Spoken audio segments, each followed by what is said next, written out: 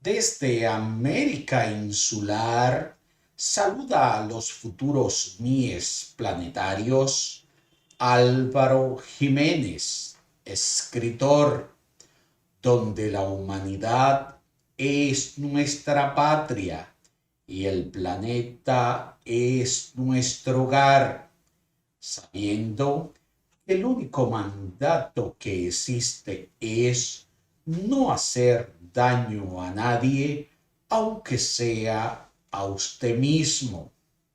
Procrastinamos con ilusión, vilipendiando, siendo soñadores pequeños. En otras palabras, dejamos todo para después, eludiendo nuestras responsabilidades, teniendo apego que hasta mataríamos si es necesario para no tener que prescindir de nuestro cuerpo físico. Si usted no me invitó a su fiesta, ahora no me invite a sus desgracias, que una cosa es consecuencia de la otra. Todo en la vida se cambia por algo. Pedir por alguien parece sencillo, pero es complicado, porque usted se está comprometiendo y haciéndose garante, responsable de algo que usted probablemente no pueda cumplir y no tenga las potestades, las aquiescencias y la autoridad de las cosas juzgadas para ese procedimiento. Puede ser agravante para su vida pedir por esa persona. Usted no sabe si al suplicar por ese señor o esa señora, la carga de su inconsciente contaminado, que solo le corresponde a ella o a él limpiarlo, es posible que usted esté comprometiéndose o comprometiendo su propio bienestar personal en esa petición de sanación. Así que cuando pida por alguien, analice lo que compromete con su pedimento por ignorancia, error, descuido, falta de conocimientos, omisión, negligencia o inadvertencia. Siempre analice estando en el aquí y el ahora, lo que pierdo y lo que gano en esta transacción. Su cuerpo es de él o de ella y uno con lo de uno hace lo que le venga en ganas. Realicemos en este caso la analogía del préstamo bancario. Coger prestado a su cuerpo, luego usted hacerse garante, responsable de cosas ajenas que no controla, con el riesgo que luego sea usted el que tenga que pagar el préstamo. No es justo pagar por el otro. Y no decimos que sea así, pero les recordamos que los préstamos en los bancos tienen fecha cierta, fija, para ser pagados.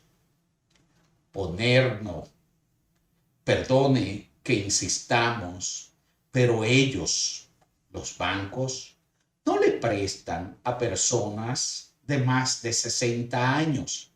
Y si lo hacen, es con intereses muy elevados por el alto riesgo de no ser cumplido. Por tales razones, el que cumpla con su plazo de vida en este planeta, solo le queda una salida: dejar que las cosas fluyan a su mejor destino. La vida es un taxi que lo llevó de un lugar a otro y es momento de desmontarse, aunque duela. Venimos de fábrica con fecha cierta de caducidad. Somos producto que entra a la obsolescencia programada, con fecha fija para irse del planeta. Los seres humanos venimos marcados en el manual cósmico, con fechado en su alma. Moraleja: no pierda su tiempo en pedimento un poco complejo, donde usted está nadando en aguas profundas y desconocidas. Déjele a los líderes religiosos esta parte. Siga usted caminando su propio sendero y descubriendo sus propias realidades existencialistas. Si una persona tiene más de 60 años, vilipendiando y cogiendo prestado a su cuerpo y a su vida, dándole excesos, que sea él quien pida por su propia sanación. Total, la salvación es personal. Juan 3.7. Regálele un libro de traslación mental para quitar las preocupaciones, para que aprenda a cabalgar en la felicidad y bajar el alma de peso, disfrutando de las ambrosías, alimentos de los dioses.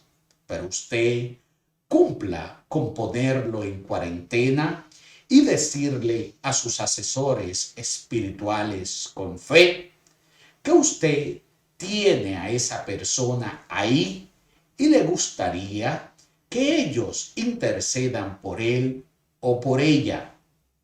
Ahora bien, si es una persona que usted conoce, como su padre, su madre, hijo, sabiendo que es una persona buena, que algo malo le pasa, comprométase con estos procesos de ayudar a sanar. Sea garante y acredítese responsabilidades. Para morir no hay que sufrir en esa ida, si se lo merece. Pero si el sufrimiento es algo, pues nadie puede pagar por él o ella, todos morimos como vivimos.